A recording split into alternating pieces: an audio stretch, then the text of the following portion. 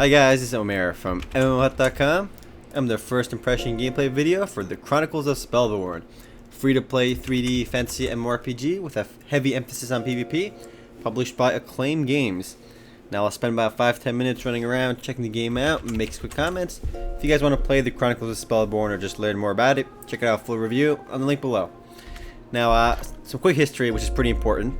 This game originally came out as a pay-to-play MMORPG back in middle of 2009 or early 2009, and it advertised a lot as supposedly a really heavy, balanced PvP MMORPG, but as a pay-to-play game, the game kind of failed. Nobody really played it because, come on, it's hard to compete on the pay-to-play level with games like World of Warcraft, so I think it was doomed to failure from the start. And the guys developing the game, the developers actually went bankrupt themselves.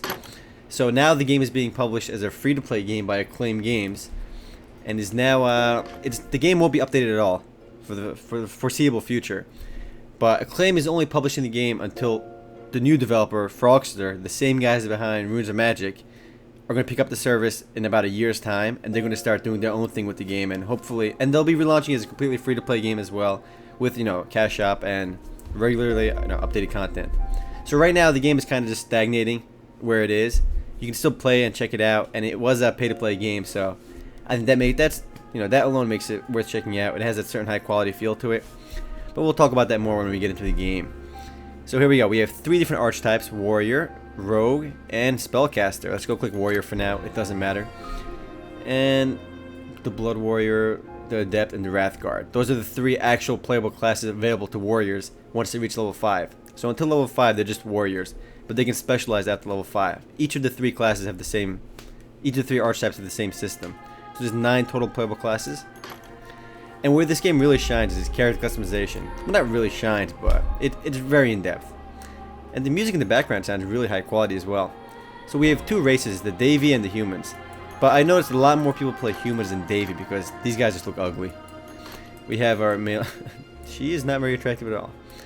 Male and female, of course. And body type is extremely fat, jacked, thin, or normal. And these are all very uber exaggerated. Nobody looks, this bad. We have, and this is just absurd too. I'm gonna go with normal, so which is this guy. So let's click next. And I kind of want to go past this real quick to get into the game, but there's a lot you can do here. There's so much you can customize with your character, even your tattoos. Click next. I click reset, but let's click next. And different shirts, pants, different. You can even make all these different colors as well and make your character look really unique. But I'm gonna skip all this for now. Just click next, next, next. Even your helmet. There's so much room to customize your character, and you can really make yourself look unique right from the start. So yeah, you can look awesome right away, which is always good. But let's see what else we got. You can even choose your weapon right away. And the reason you can actually select any weapon in the game is that all of the weapons pretty much do the same thing. They don't really have varying stats, which is also really unique, and I'll explain that more when I get into the game. So it doesn't really matter which weapon you have or which ranged weapon you have, is because it matters on your skills in the game. Anyway, I'm going to click cancel for now and just jump into my character I already made. Now, I just made this character and completed the tutorial because it was pretty long. I didn't want to record that because it was annoying and it just made me move around for a while. But I finished the tutorial and my game crashed. Woohoo! Alright, here we are. I just got back into the game. My game crashed for some reason, but I'm back in. So right off the bat, the graphics look a bit like World of Warcraft. You can see my character over here. I'm zooming on his face. He looks kind of cool. And I'm actually a mage, so I kind of look like a rogue though, which is pretty weird. But let's go ahead and move around. The one thing I like to try out when I just get into a game is see what I can do over here. And I did not think the game would let you fall off the hill. I usually there's like an invisible wall over there, but this game is brutal, It actually lets you jump off the edge. I guess, which is not a very smart thing to do. But I sincerely did not expect that to happen. But anyway, let's see what we got here. We click M to load up our map. WSAD moves. The art style is definitely Western and resembles games like World of Warcraft and Runes of Magic. We talk these various NPCs by right-clicking on them. The game has a decent amount of quests, and we can just grab them real quick. Accept, accept, accept. And the game is, your usual variety of kill quests, gather quests. And again, if you've played World of Warcraft or anything like it, basic gameplay and basic visuals and gameplay mechanics will be largely the same. So let's beat up on this guy real quick. So if I remember from the tutorial correctly, I click F, and then I hold left click to attack. And now, one thing about the game's combat which makes it really unique, hopefully this thing does not kill me, which it's not, is none of the combat is done automatically. You don't just click on an enemy and you wait. So So the game just tried adding a lot of skill to the actual combat, and not really that much waiting around. So I manually have to aim. You can see me right-clicking and holding. Well, you can't see me right-clicking, but I'm right-clicking, I promise. And as I right-click, I can aim over here. So I would have to get close to this guy and just keep holding my left mouse button as well. And if I'm playing against another player, they wouldn't just be standing here mindlessly and attacking me. There'd be a lot more strategy involved. But since I'm fighting just adult Shuetans, or these boars or whatever they are, it's going to be pretty easy. I have a secondary weapon as well. If I can scroll through my skills with my mouse button over here, I can pull up my bow with this one. And there's a little bit of lag, I don't know why, but I can kill this boar over here with this. And I actually have to aim my individual shots with my bow. So there is some skill involved. So I can use my magic on this guy as well. I am a mage, so I figure I should use my magic. But as is, I feel my magic is pretty weak, so I'm going to go ahead and melee this guy and kill him with my two-hander. Now, I did say earlier, and I want to clarify this, equipment as well as race in this game have absolutely no impact on gameplay. I could, whatever sword I have, whatever armor I have will not affect anything. So that's where the game is really unique. It doesn't matter what you're doing. If you raid, you find new equipment. The equipment has no impact on stats and only makes the character look different. I feel the game did this because it tried to have a really balanced PvP. The game wanted to create an atmosphere where skill is what determines who wins a battle, not who gets crits or who's got the best gear in the game. So there's actually another player over there. I think this is the first other player I've seen. Let me see if we can swing at her to say hi. But yeah, this game isn't very populated. There's 2 servers, but they're both pretty empty. And I can see why it's not very popular, because everybody knows the game's gonna wipe, so not that many people are playing it.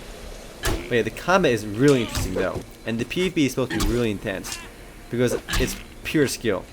And you see at the bottom, as I'm attacking, you see this wheel going up and down. And I'll explain that in a second after I kill this dude over here. After every attack, it's going to go to the next wheel. And those are called, let me bring up my skill menu if I can find it. That's my character sheet over here. Every time you level up as well, you get 2 new stat points. The only stats in the game does keep it simple, is body, mind, and focus. Individual skills have rely on individual attributes, one of these 3 attributes. So depending on how you control these stats, you really control your character's growth. And unfortunately, this is really the only way to control your character's growth. So there's very little actual individual customization, but the way you play your character is really unique, because the game has a whole bunch of skills, but you can only fit so many on your skill wheel down there. They're called skill decks. Let me kill this last guy over here, yeah? And it's a bit hard to explain, because maybe the game was, it's not for its time, I don't know. It didn't catch on, but I think it's really unique. I think because it didn't catch on, because it was pay to play, and not enough people were actually exposed to the game. And now not that many people want to play because they know it's going to get wiped, and there's no updates whatsoever. And in fact, I actually had a lot of trouble even getting the game to work, because the guys at Acclaim are lazy. I don't know, I'm not a big fan of Acclaim. They just don't do a good job publishing their games, and it's very difficult to sometimes even play their games. I had to actually download the game from bigdownload.com or something, because their official downloader just didn't work, which is pretty sad. So here's how this works.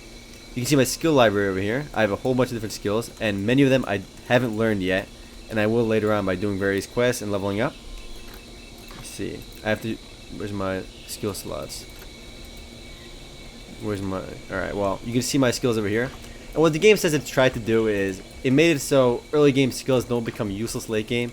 And skill damage and skill effectiveness varies based entirely on your actual attributes. So an early game skill isn't worthless. It's still good late game, because the damage it deals is based on your stats, not the skill itself. And the game's, promises that the late game skills aren't any more overpowered than any early game skills. So let me bring up that skill menu one more time to explain something. This skill deck system, which is a little bit unique. And I'm just clicking around to find it. Where is this thing? Right here. Yeah, I have tier 1 all the way to tier 6. After one attack, it'll go to tier 2, and then tier 3, and then tier 4, and then tier 5. And it'll eventually rotate all the way back to tier 1. So I can set my skills accordingly. And it makes combat a little bit more difficult, because you can only have 6 hotkeys per individual tier over here. So, and you can actually build combos as well. It's a bit hard to explain, but maybe some of you are following. So I would usually put an opener move over here, and then start building combos into tier 2 and tier 3 and tier 4, and put a finishing move, which is more damage based on how long my combo has gone, into one of my last slots. And since you have so many skills and so few slots, it matters enormously where you equip the skills and how you have your skill deck set up. You need to find out a system that really works well in all situations, because you can have a skill deck that's amazing against the mage, but you'll get destroyed by a rogue or something. So So you really have to have a really good skill deck in order to win, in order to do well in PvP. When you're playing against NPCs and just doing quests and just grinding, doing instances, which the game has, it's all very easy. Your skill deck doesn't even matter. You just walk up to an NPC and just smack it around and it'll die. There's loot over here, which I don't believe I looted, so let's just click on this stuff. And again, guys, a lot of you may not want to play the game because there will be no updates and there's going to be a guaranteed wipe later. But hopefully, when Frogster does pick up the service, eventually they'll do a lot more with the game. Visually speaking, the game looks great. It runs on 1080p perfectly fine, 1920 by 1080. And gameplay mechanics are very smooth as well. And it does have a certain high quality feel to it as well. The soundtrack is nice, mechanics are smooth, there's a lot of quests. I know I'm running out of time and there was a lot more to explain. The PvP is where the game really stands apart though, so if you can get to the PvP, I'm sure a lot of you will have fun. The game keeps track of how well you do late game and your actual PvP scores on your character sheet. If you guys do want to play the Chronicles of Spellborn or just learn more about it, check it out, full review on the link below. Later guys.